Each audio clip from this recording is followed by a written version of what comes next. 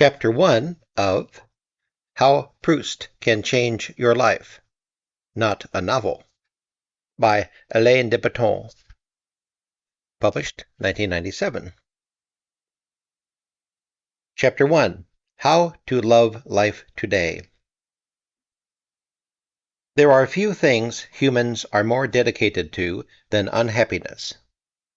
Had we been placed on earth by a malign creator for the exclusive purpose of suffering, we would have good reason to congratulate ourselves on our enthusiastic response to the task.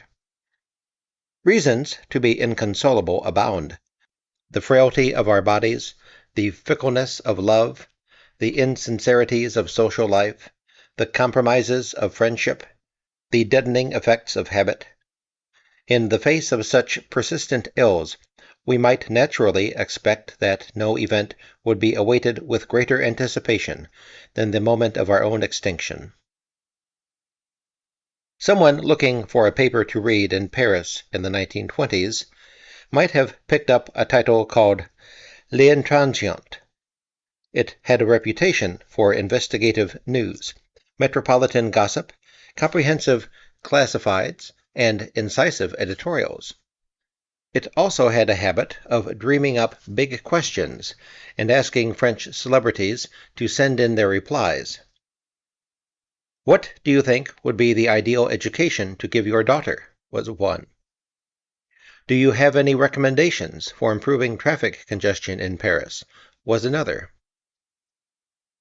In the summer of 1922, the paper formulated a particularly elaborate question for its contributors.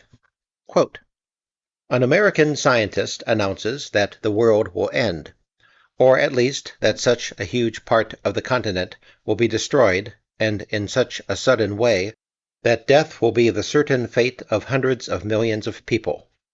If this prediction were confirmed, what do you think would be its effects on people between the time when they acquired the aforementioned certainty and the moment of cataclysm? Finally, as far as you're concerned, what would you do in this last hour? End quote. The first celebrity to respond to the grim scenario of personal and global annihilation was a then distinguished, now forgotten man of letters named Henry Bardot, who suggested that it would drive the mass of the population directly into either the nearest church or the nearest bedroom, though he himself avoided the awkward choice, explaining that he would take this last opportunity to climb a mountain, so as to admire the beauty of alpine scenery and flora.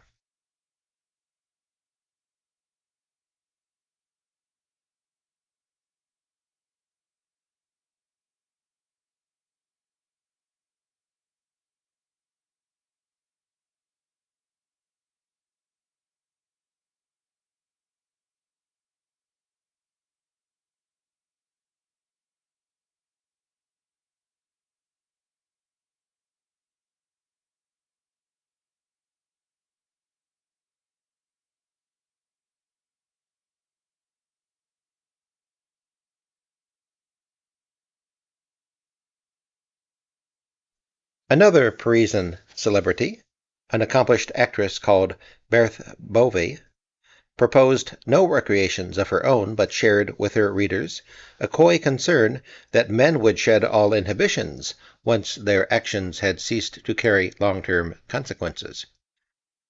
This dark prognosis matched that of a famous Parisian palm reader, Madame Freya, who judged that people would omit to spend their last hours contemplating the extraterrestrial future, and would be too taken up with worldly pleasures to give much thought to readying their souls for the afterlife. A suspicion confirmed when another writer, Henri Robert, blithely declared his intention to devote himself to a final game of bridge, tennis, and golf. The last celebrity to be consulted on his pre-apocalypse plans was a reclusive, mustachioed novelist, not known for his interest in golf, tennis, or bridge, though he had once tried checkers and twice aided in the launching of a kite. a man who had spent the last 14 years lying in a narrow bed under a pile of thinly woven woolen blankets, writing an unusually long novel without an adequate bedside lamp. Since the publication of its first volume in 1913, In Search of Lost Time had been hailed as a masterpiece. A French reviewer had compared the author to Shakespeare, an Italian critic had likened him to Stendhal, and an Austrian princess had offered her hand in marriage. Though he had never esteemed himself highly, quote, "If only I could value myself more, alas, it is impossible," and had once referred to himself as a flea and to his writing as a piece of indigestible nougat. Marcel Proust had grounds for satisfaction.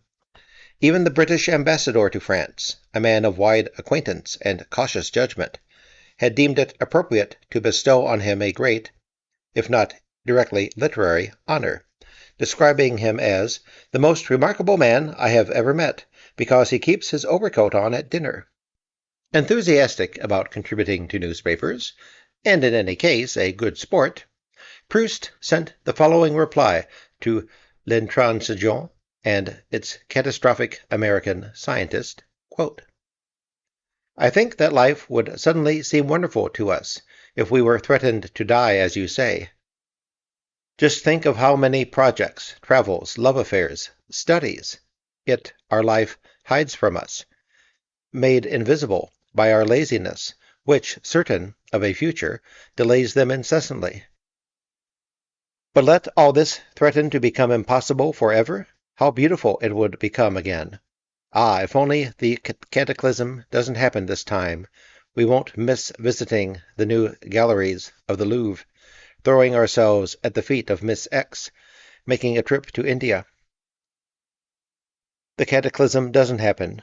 We don't do any of it, because we find ourselves back in the heart of normal life, where negligence deadens desire.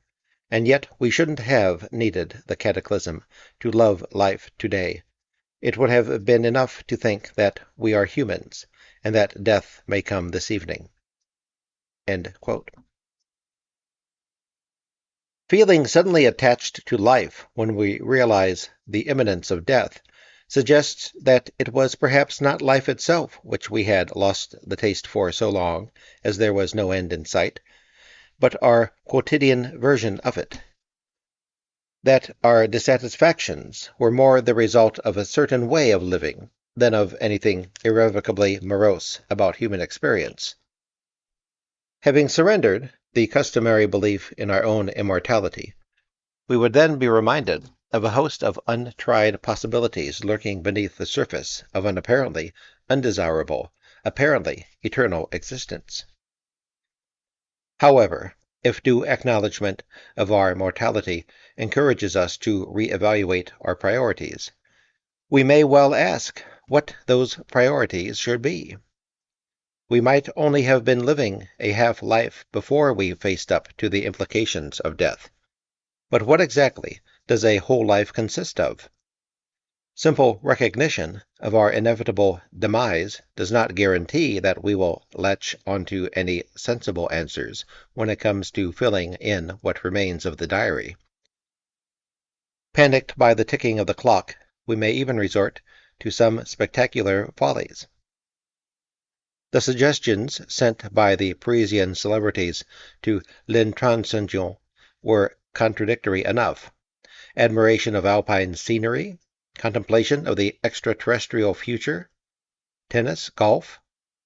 But were any of these fruitful ways to pass the time before the continent disintegrated? Proust's own suggestions, the Louvre, love, India, were no more helpful. For a start, they were at odds with what one knows of his character. He had never been an avid museum visitor. He hadn't been to the Louvre in over a decade, and preferred to look at reproductions rather than face the chatter of a museum crowd. Quote, "People think the love of literature, painting, and music has become extremely widespread, whereas there isn't a single person who knows anything about them." End quote. Nor was he known for his interest in the Indian subcontinent, which was a trial to reach, requiring a train down to Marseille, a mailboat to Port Said, and 10 days on a P&O liner across the Arabian Sea. So, hardly an itinerary for a man with difficulty stepping out of bed. As for Miss X, to his mother's distress, Marcel had never proved receptive to her charms, nor to those of the Misses A to Z, and it was a long time since he had bothered to ask if there was a younger brother at hand.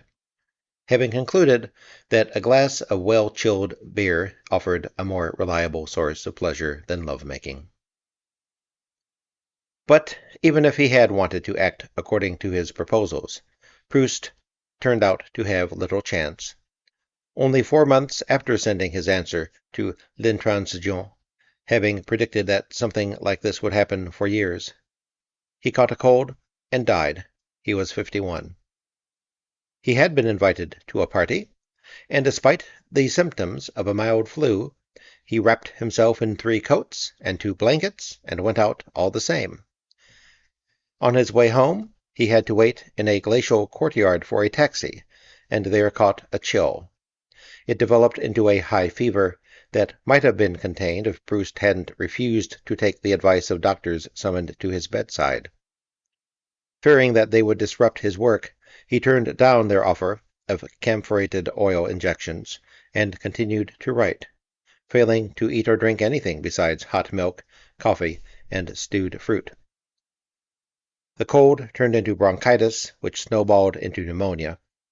Hopes of recovery were briefly raised when he sat up in bed and requested a grilled sole, but by the time the fish was brought and cooked, he was seized by nausea and was unable to touch it. He died a few hours later from a burst abscess in his lung. Fortunately, Proust's reflections on how to live were not limited to an all too brief and somewhat confusing reply to a fanciful question from a newspaper, because, right up to his death, he had been at work on a book that set out to answer, albeit in a rather extended and narratively complex form, a question not dissimilar to the one provoked by the predictions of the fictional American scientist. The title of the long book hinted as much, though Proust never liked it and referred to it variously as unfortunate, 1914, misleading, 1915, and ugly, 1917. In Search of Lost Time had the advantage of pointing directly enough to a central theme of the novel, a search for the causes behind the dissipation and loss of time. Far from a memoir tracing the passage of a more lyrical age, it was a practical, universally applicable story about how to stop wasting time and start to appreciate life. Though the announcement of an imminent apocalypse could no doubt make this a concern uppermost in anyone's mind, the Proustian guidebook held out a hope that the topic could detain us a little before personal or global destruction was at hand, and that we might therefore learn to adjust our priorities before it was time to have a last game of golf and keel over. That ends Chapter 1, and thank you for listening.